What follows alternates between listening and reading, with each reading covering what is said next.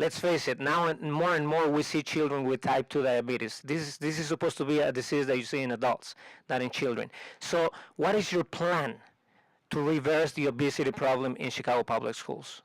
The Let's Move campaign is a great campaign. It has a great name, and children understand that that means that they get up off of those couches, stop watching TV, and start moving their body. Dancing is a great exercise for children. Let's get them started dancing earlier. Let's get them moving around and get them active. Teach them to do chores. Those are the kinds of things that we did. You might have to still incentivize it like we used to get allowances, but we have to pay attention to that. We've gotten away from requiring our children to do the things that we used to do. Those were the things that made us strong and made us healthy and burned, calories. So we got to get our children engaged in those kinds of activities once again. The Let's Move program is one that we ought to adopt all over Chicago.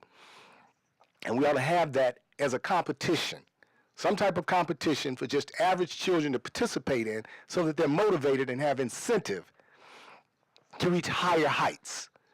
Until we do that, we're not going to fully realize how great our children can be, because studies show that there is a correlation between good health, physical exercise, and academic performance. You can't discount that. It's a brain function that's generated by energy usage. So we want to make certain that our children are getting the maximum potential, realizing their full maximum benefit and realizing their full potential when it comes to those kinds of things. Now, you might be aware of the fact that 60% of Chicago public schools don't have any recess whatsoever. And this plays a major role in the problem of obesity. We're all talking about healthy food, and, CPS has made tremendous progress in both areas. But specifically speaking, and I'm going to emphasize the how. How do you plan on working with Chicago public schools to make sure that there's recess? And also with Springfield, because, this has been an ongoing battle. The city of Chicago is mandated to host 176 school days. We currently only host 170. We're going to have to expand that. We're going to have to go to 176. And then that brings room in for things like recess, which isn't just playtime. It is a great physical exercise, a great opportunity for children to release that energy and get out and get active. So we have to include that in the program. Recess has to be a part of it.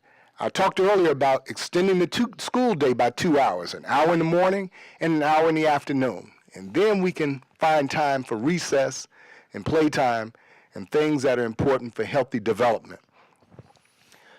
Our children have to be able to play together.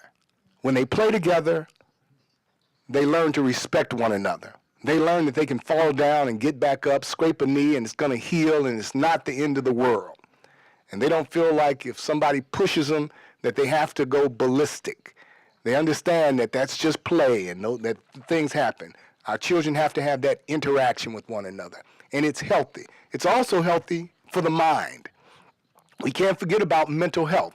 We can't just put our children on Ritalin and other drugs and expect that that's the answer. We got to quit labeling our children and pathologicalizing them and calling them ADD or telling them that they're bipolar. We have to stop doing that to our children, because they're no different than we were when we were growing up. We're just overanalyzing our children. We have to back away from that. But we have to have recess. That allows our children an opportunity to figure out who they are and figure out what their strengths and their weaknesses are.